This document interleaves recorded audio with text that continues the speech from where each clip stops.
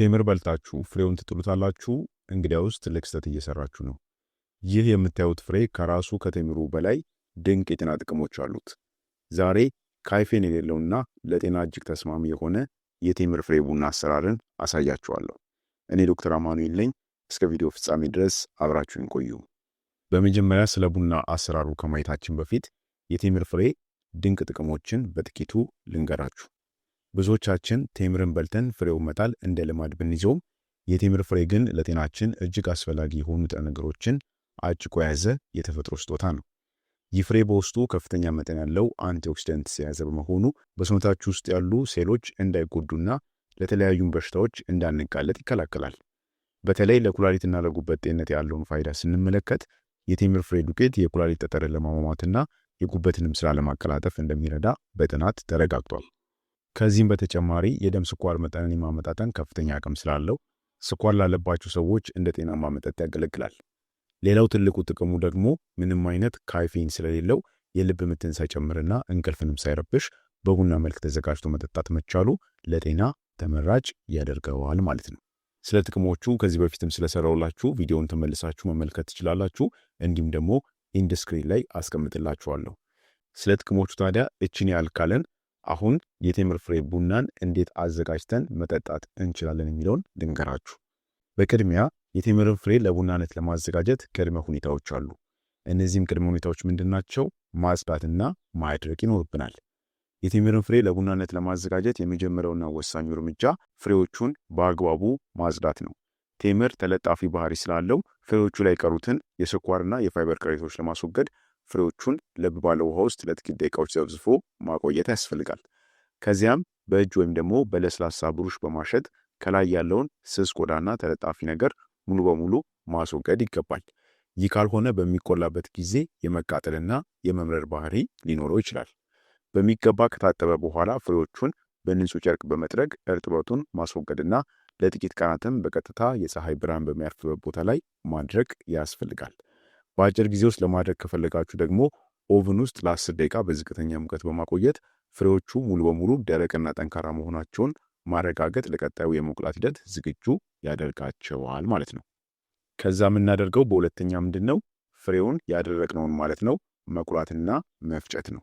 ፍሬዎቹ በሚገባ ደርቀው ዝግጁ ሲሆኑ ወደ መቁላቱ ሂደት እንሸጋገራለን።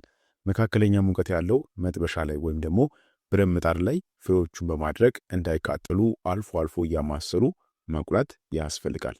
ፍሬዎቹ ቀስ እያሉ ቀለማቸው ወደ ጥቁር ቡናማነት ሲቀየር እንደ ቡና የሚጣፍጥ መዓዛ ማውጣት ሲጀምሩ ከመጥበሻው ላይ ወይም ደግሞ ከብረት ምጣዱ ላይ እናወርዳቸዋለን ማለት ነው።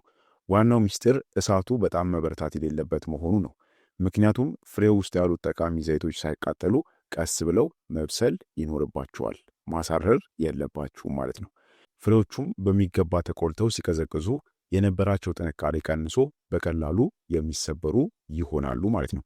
ልክ ቡና ስትቆሉ እንደምታገኙት ውጤት ማለት ነው። በመጨረሻም ፍሬዎቹን በጠንካራ የቅመማ ቅመም መፍጫ በመጠቀም ወደ ስስ ዱቄትነት እንቀይራቸዋለን ማለት ነው። በዚህ ጊዜ የሚወጣው መዓዛ ከእውነተኛ ቡና የማይለይና ለጤናማ መጠጥ ዝግጁ የሆነ ምርጥ የቴምር ፍሬ ዱቄት ይኖረናል ማለት ነው።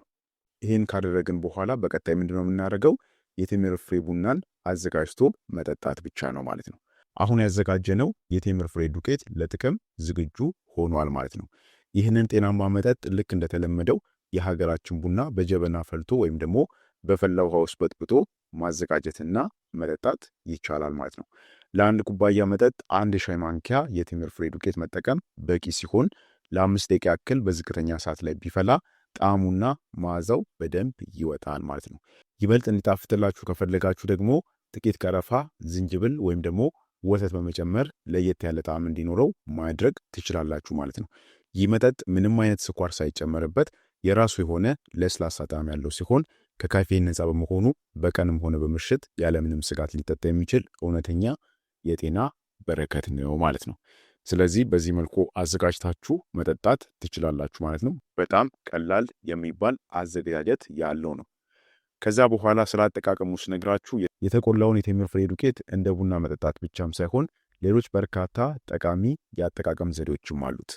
በመጀመሪያ ለጤናማ አመጋገብ ለሚጠነቀቁ ሰዎች በጠዋት በሚመገቡት አጃ ወይም ደግሞ እርጎ ላይ 1 ሻይ ማንኪያ በመነስነስ እንደ ተጨማሪ ንጥረ ነገር መጠቀም ይቻላል። ይህም የምግቡን የፋይበር መጠን ከመጨመሩም በላይ ለየት ያለ የቸኮሌት ጣዕም ይሰጣችኋል ማለት ነው። በሁለተኛ ደረጃ ደግሞ በቤት ውስጥ የሚሰሩ ኬኮች ወይም ደግሞ ኩኪሶች ላይ እንደ ካካዋ በመጠቀም የተለየ መዓዛና የጤና ጥቅምንም መጨመር ይቻላል ማለት ነው። ከዚህም ባለፈ ዱቄቱን ከወይራ ዘይት ወይም ደግሞ ከማር ጋር በመቀላቀልም ለፊት ቆዳ ጥራት እንደ ተፈጥሯዊ ማሳመሪያ ወይም ደግሞ ስክራፕም መጠቀም ይቻላል ማለት ነው። ይህም ታዲያ የሞቱ የቆዳ ሴሎችን በማስወገድ ቆዳን የሚያለመልም ይሆናል። በአጠቃላይ ይህ ዱቄት በቤታችንም ሆነ በውበት መጠበቂያ ክፍላችን ውስጥ የማይታለፍ ጥቅም ያለው ድንቅ ውጤት ነው ማለት ነው። ስለሆነም እንግዲህ የቴምርን ፍሬ ከመጣል ይልቅ በዚህ መልኩ ለጤናችን እንዲሁም ደግሞ ለውበታችን በመጠቀም ተፈጥሮ የሰጠችንን በረከት መቋደስ እንዲሁም ደግሞ ማግኘት እንችላለን ማለት ነው። ስለሆነም የቴምር ፍሬ በፍጹም መጣል የሌለበት ፍሬ ነው። ሳይንሱ እንድጥሉት አይመክራችሁም። ብዙ ጊዜ እኛ ቴምርን ከተመገበን በኋላ ፍሬውን የመጣል ልማድ አለን። ነገር ግን ፍሬው ምን ያህል ጥቅም እንዳለው አናውቅም። አሁን እንዳልኳችሁ እንደ ቡና ቆልታችሁት አጥባችሁ አድርቃችሁ በደንብ ካዘጋጃችሁት በኋላ በነገርኳችሁ መንገድ ማለት ነው በደንብ ካዘጋጃችሁት በኋላ እንደ ቡና ቆልታችሁ መጠጣት ትችላላችሁ። ለየት የሚያደርገው ነገር ምንድነው? እንደ ቡና ካይፌን የለውም። ነገር ግን ቡና የሚሰጣችሁን ኃይል ይሰጣችኋል ማለት ነው።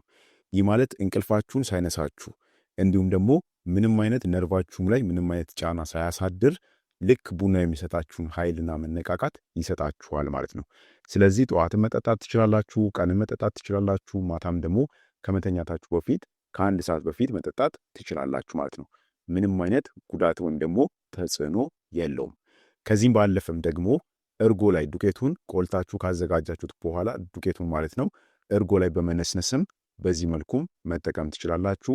በምትመገቡት አጃ ላይም ነስነሳችሁ መጠቀም ትችላላችሁ። ለውበት ካላችሁ ደግሞ ለፀጉራችሁም እንዲሁም ደግሞ ለቆዳችሁ ለፊት ቆዳችሁም እንደ ስክራፕም ባልኳችሁ መሰረት ከወይራ ዘይት ጋር በመቀላቀል እንደ ስክራፕም መጠቀም የምትችሉት በጣም ዘርፈ ብዙ ጥቅሞችን የሚሰጥ ድንቅ ፍሬ ነው ማለት ነው።